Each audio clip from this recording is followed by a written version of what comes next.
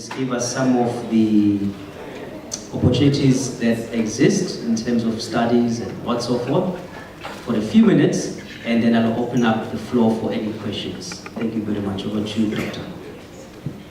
Thank you, Eugene. Good morning, everyone. I'm just going to do an overview of the university in terms of what we offer, and then particularly what my department, Public Management, is all about and how we can help you. But I think it's not only how we can help you, but how you can help the university, because what's important for us is the collaborative efforts that we can put in terms of taking our institution and the different municipalities to new heights. So I'll just start with a few of them. Now, yesterday Emmanuel was speaking about Pillay being the center, and I thought I'll just share some of the stats with you. And I think for me, one of the important ones was Durban was identified by the New York Times as being one of the must-see destinations. And I think that's in itself says a lot, besides CNN talking about our university and our about the city of Durban. So we have about 28,000 students. We have 6 faculties, 65 programs, and we have 7 campuses. We have 5 in Durban and 2 in Pietermaritzburg. So these are just some of our campuses that we have. For those of you, some of you may have studied at the former ML Sultan, some of you may have studied at the former Natal Technikon, and as you're aware, we are now called Durban University of Technology. We also have areas that talks to the different needs of our students, especially from academic support. And this is not only for students, it's also for individuals that are seeking assistance outside, especially one looks at our health department that we have. Now, there is a difference between a university of technology and a traditional university, and the important aspect is that all our programs offer what we call work integrated learning, which is a compulsory component the students will have to complete in order for them to graduate. In some cases, it's about 3 months, 6 months, even to a year. And that's really the distinction in terms of what we try to strive for as a UOT. These are some of the qualifications that we have. We have 3-year diplomas, and as you may be aware, our qualifications are also called B degrees now, bachelor degrees. We have master programs or master degrees, and we have PhD degrees across the university in all the 6 faculties that we have at the university. That's just a mission statement, and yet again, all of this is on the website. If you ever get through the website, you can look at that. Some of the strands, I think this is important, the student-centeredness that we want to speak about, and how do we start engaging. And this is one example of engagement, and thanks to Emmanuel and your team to get us involved in this. Now, these are just our strategic areas as part of the university. So these are the faculties that we have across the university campus. That's the Faculty of Accounting, Faculty of Applied Science, Faculty of Arts and Design, Faculty of Engineering and the Built Environment, Faculty of Health Sciences. By the way, our university offers a clinic that is open to the public. Ladies and gentlemen, we have what we call a somatology department.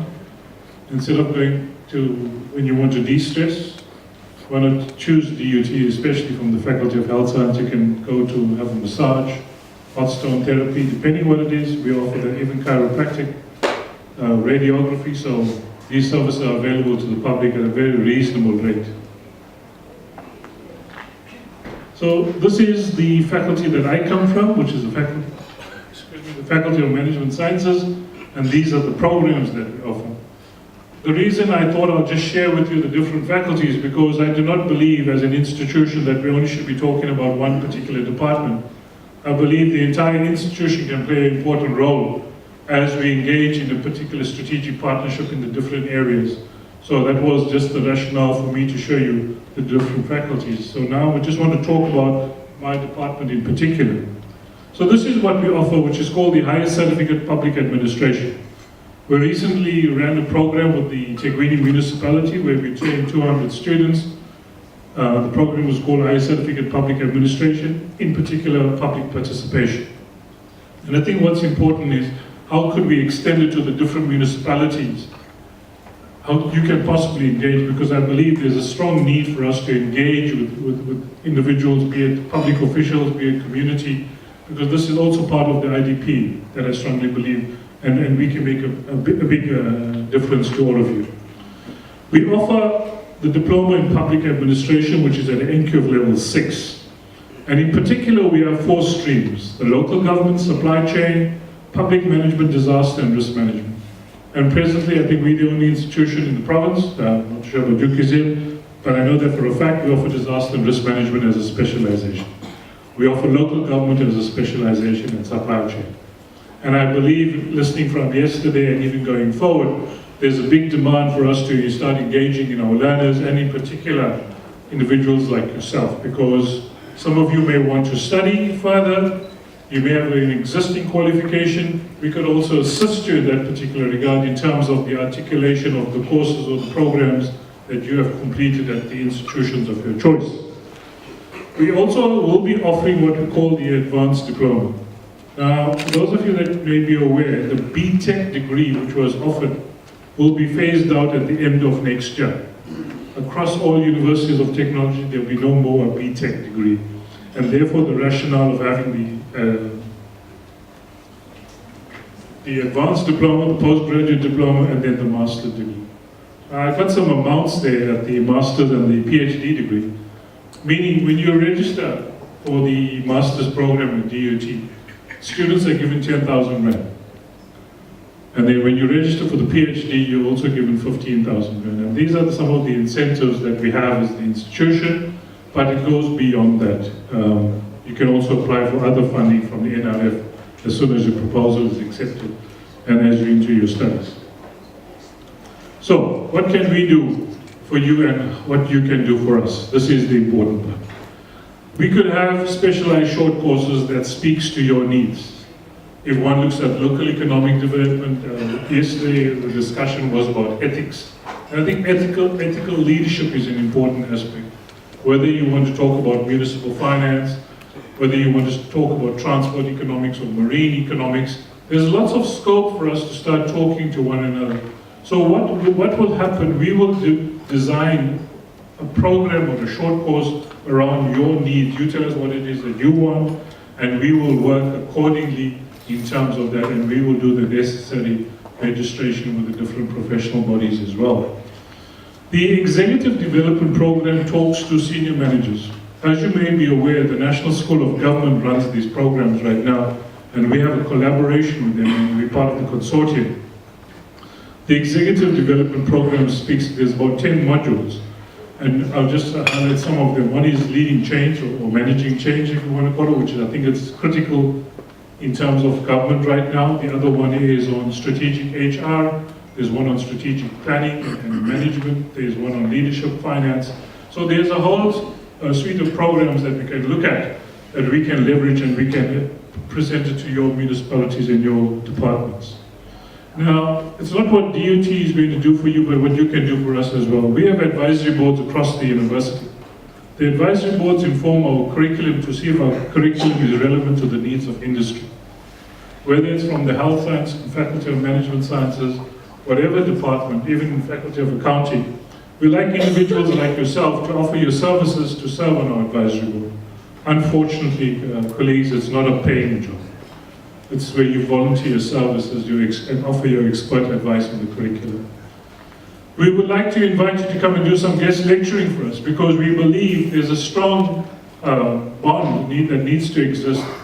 For example, by you coming and presenting a guest lecture, you are adding the practical value to our students. So the cross-pollination of ideas becomes very critical to our students. So we see practice and theory taking place at the same time. Unfortunately, yet again, we give you an honorarium, which is generally a corporate gift from the UT. We'd like you to get involved with us from a research and a supervision perspective. Some of you would be sitting here with master's degrees and PhD degrees. So we believe there's a strong need for us to collaborate on research that can add value to the society and to service delivery. Some of you may be involved in extensive research. Why not use us as an institution and get staff and our students to engage for your research? we could write up the reports. So there's a big partnership just waiting there. The work integrated learning and placement, as I said, we're a university of technology. We would like you to take on our students, because yesterday we were talking about interns, and some of the interns are coming from our universities. So we want to also have a formal structure in place where municipalities take on our students, but these are the leaders that we want to produce at a later stage. So we want to grow them and then get them to learn properly. The issue on community engagement, project management, we're involved in lots of community projects. Some of you may have heard of a program called the NARISEC program with the Department of Rural Development and Land Reform. We run programs we're running one with the Workers' College, for example, right now. And there's a whole host of community projects that our students involved in. We want to engage with you and run some of these community projects, because we also have access to some of these projects as we go along.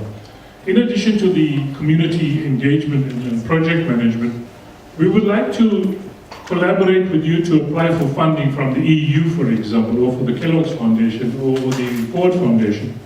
Lots of institutions and funding donor funders want to see collaboration taking place. And I think it's an ideal platform for us to collaborate and write for this funding proposal so we can run some of these programs that we speak about.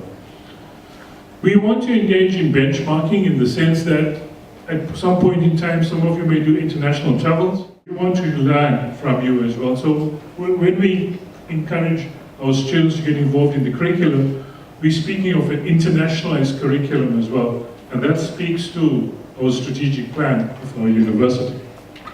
We want to have staff-student exchange. We have students from international students. We have about 500 international students at our university. They would like to be exposed to the local market in the context of the municipality, whether it's a provincial government, if it's national government, and other industries that we can look at them. We also want staff to go into industry and to municipalities and work, because that will allow them to come back and feed into the system in terms of the practice or the knowledge that they gain from a practical point of view, which is very important. Some of the research focus areas that we have, and by the way, DUT is also proud to announce that we have the BRICS chair in water systems at DUT, and that's something that we're leading. And these are just some of the research areas that our university is engaged in. And yeah, that's it. Thank you. On KZN programs, we've got a number of capacity building programs that are under our unit called KZN Extended Learning. So KZN Extended Learning was founded as a business of KZN, so it's a third stream income business that has a CEO and everything. So based on the policy that was passed in 2012, all the short programs from all the schools and divisions of KZN are being run by KZN Extended Learning. So when I'm talking about your management development programs, your executive leadership development programs, and a number of programs that different schools at KZN are running in collaboration with KZN Extended Learning. So I just wanted to mention that on the short courses and capacity building programs. And then I'll just also talk about some of the programs that are offered, especially by our college, which is the College of Law and Management Studies. So under the College of Law and Management Studies, you've got the School of Accounting, Economics and Finance, the School of Management, IT and Governance, the Graduate School of Business, and the School of Law. So that's where I'm based. I'm from the Graduate School of Business. And so we've got a number of programs in the Graduate School of Business. And some of these programs, you've got your postgraduate diploma programs, you've got your master's programs, and your PhD programs. So it was interesting to hear from the doc here saying that there's a number of incentives, in fact, that are out there to encourage South Africans to study and earn these PhDs and so on. Like at the Graduate School of Business at the moment, and a number of these schools, there's a number of programs that you don't need to pay a cent for. At the moment, to get a PhD from our Graduate School of Business, you don't need to pay a cent, it's free. There is some master's programs that are completely free.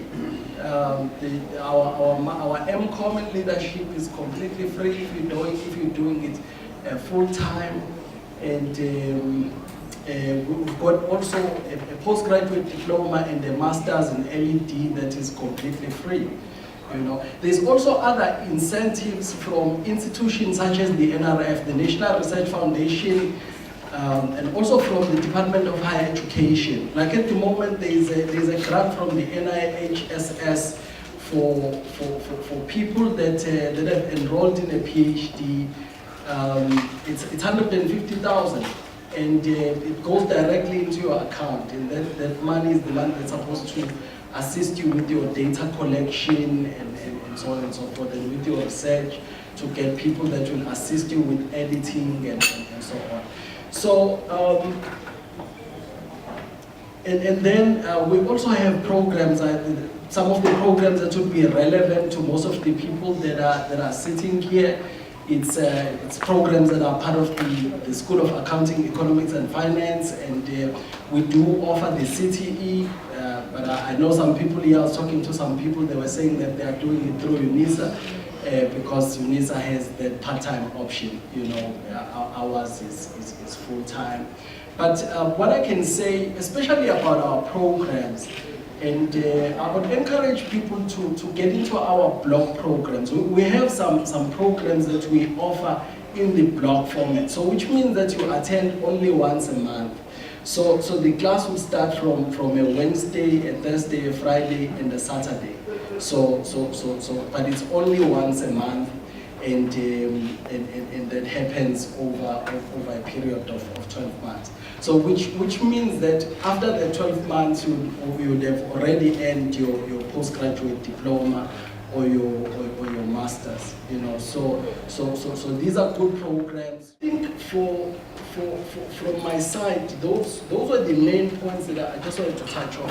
So the mainstreams at the Graduate School of Business being the LED stream, the leadership stream, and the MBA stream. So we've got an MBA. There's been some changes in our MBA program. Now you need a postgraduate diploma or an NQF level, eight qualification, yes. An NQF level qualification to get into our MBA. So it means that you need a postgraduate diploma now. Whilst previously with the previous MBA you could get in with a BTech or an NQF level qualification that is NQF level 7. You know.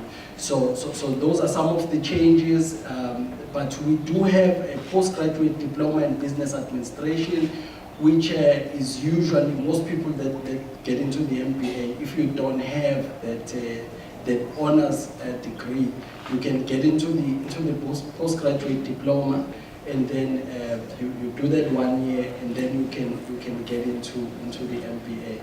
And with our MBA, at the moment as well, there is some changes. There is some changes in terms of the structure, but I won't go into much details on that. But I'll just encourage you to enroll in something, and that would be useful for you as you advance your career. Thank you. Let a second mic, you can take a seat just for two questions. Just take a seat. Second mic for the gentleman. Thank you to the good doc and the doc to be. So my question is, maybe let me start on a lighter note. How many master's degrees do I need before I do my PhD? I see a lot of politicians nowadays, especially in the opposition, they are gung-ho, they, going out there and getting their masters and their doctoral studies. So how does a politician who's got a hectic life get a master's degree like that in record time? I'm just curious. You want the truth? Yes. Unfortunately, there are some academics that are unethical, and I'm being absolutely honest. Because I've seen that in some institutions where people are paying other individuals to do their research for them, and that's how they're getting their master's and PhD. Because an average time for a master's degree, if it's full-time, it's like 2 years. And for a PhD, if it's full-time, it's 3 years. Part-time will be 5 years. So just to be open and blunt, there are some unethical individuals out there that are paying people to do it, and some people need the money, they take the money and they do it. But I'm saying that's one side, but really some of them are sacrificing their time, because personally when I did it, I used to sit from 8 o'clock to 12 o'clock, Monday to Thursday. And that's the way I would go. And I encourage my students that are working to spend 2 hours a day. And that's where you will do it, but unfortunately, these are the realities. I think we do have issues with regards to ethics, and this day and age, it's interesting times. Technology has its advantages, but there's also disadvantages. This day and age, you can go to some websites and get a PhD done for you for a price in 24 hours. Yes, we can get an assignment done for you, for a fee in somewhere in India or somewhere, wherever. There's stuff called paper mills this day and age, So, but that's why, institutions have introduced things like software such as Turnitin. I tell my students now, I emphasize that, like I just gave them some assignment, that for that they need to make sure that there's a Turnitin report with the assignment, and software such as Turnitin is designed to detect some of those ethical issues and so on.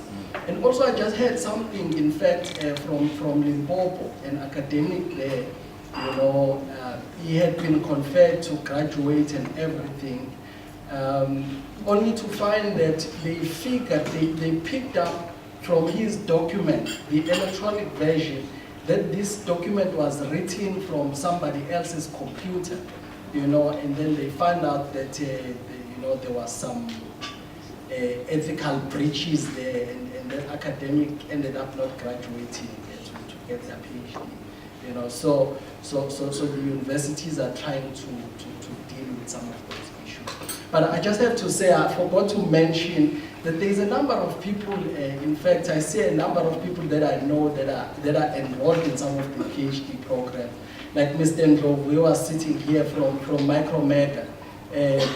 He's in the same cohort as myself at KZN, and he should be finishing anytime from now, and he's there at the back.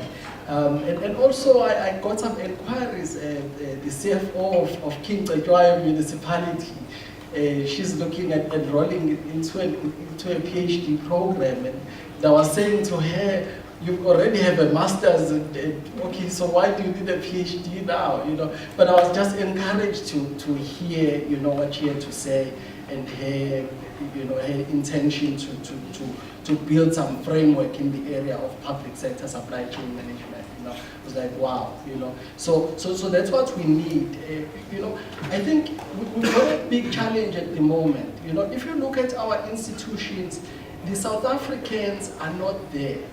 South Africans are not there pursuing these master's degrees, these PhD students, these PhD degrees. At the moment, if you look at my school, most of the academics, got a number of academics that are foreigners. And I asked myself, where are South Africans, doing these higher degrees? You know, even with all these incentives that are out there, you know, so I think that right there is something that we need to rectify. And also, when you look at our national development plan, it says we need to be producing so many PhDs a year and so on. So I think from my side. One more question. There is this thing called RPL, Recognition of Parallel Learning. Do you consider it at PhD level? If so, what is the criteria perhaps? And then the second one, to DUT, a PhD program. Is it a fully blown research program in your specific discipline, or is it a combination of both coursework and then dissertation? Those are my two questions. All right. I think I'll go for the RPL one. You know, the criteria for RPL at the moment stipulates that you must have uninterrupted 10 years senior management level experience. You know, like let's say to get into our MBA program.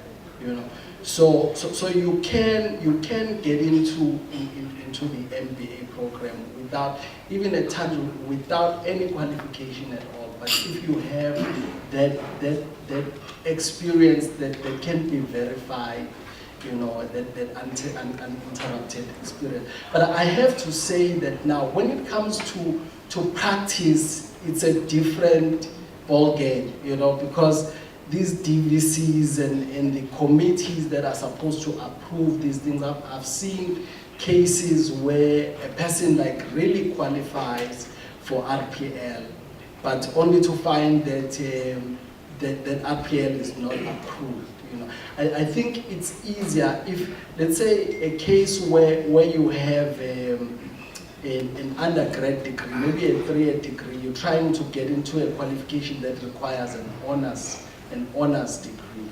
You know, I've seen some people being able to go directly into that qualification through RPL, so which means that with RPL the honors that the individual doesn't have. But with an individual that doesn't have any qualification, it becomes a bit difficult. I think that's what I've seen. Jacob, thank you. We have RPL, which will be from undergrad right up to the BTech degree. We would not allow it into a master's degree or into a PhD degree. That's the first one. The one about having a coursework PhD, we're in the process. We have registered qualifications across the university that will allow you to do a 50% coursework. Let's say hypothetically there's 10 modules, and the balance could be a mini thesis, which is on an average about 100 to 120 pages. In addition to that, for colleagues that may not be aware, you could also do a PhD by publication, meaning you have to publish five papers in a recognized journal that is SAPSI approved by the Department of Higher Education and Training, and that will allow you to qualify with a PhD degree as well. But very quickly, I just want to add something. I'm not too sure how many of you are familiar with the ITEC program, ITEC. So if you're under 45, make a note of ITEC, because they allow you to attend short programs abroad in India, and it's a fully funded program. As part of the university, and I think UKZ may have something similar, we have partners with over 60 universities throughout the world. And students that are registering with us, depending on their research or their focus areas, could apply to some of these institutions to go and do your research at. And that allows you to also apply for the different scholarships that are available via the university and DHET. And one thing that you should make of note, it's called the Erasmus Mundus program, where you get EU funding for it, and considering what the exchange rate it is, it's something for you to think about. Thank you. Yeah, just one last thing from my side. We've got some programs that are by full research. Some master's programs that you don't need to attend. So all you do is you defend your proposal, you put together a proposal, you defend that proposal, you get a supervisor, and then you work with your supervisor to carry out that research. So we've got two popular ones at the moment, and the first one is in LED, local economic development, and the other one is in leadership. And so the advantage with those programs is that you don't need to attend any classes. You just work with your supervisor on whatever research topic that you're interested in. Thank you very much.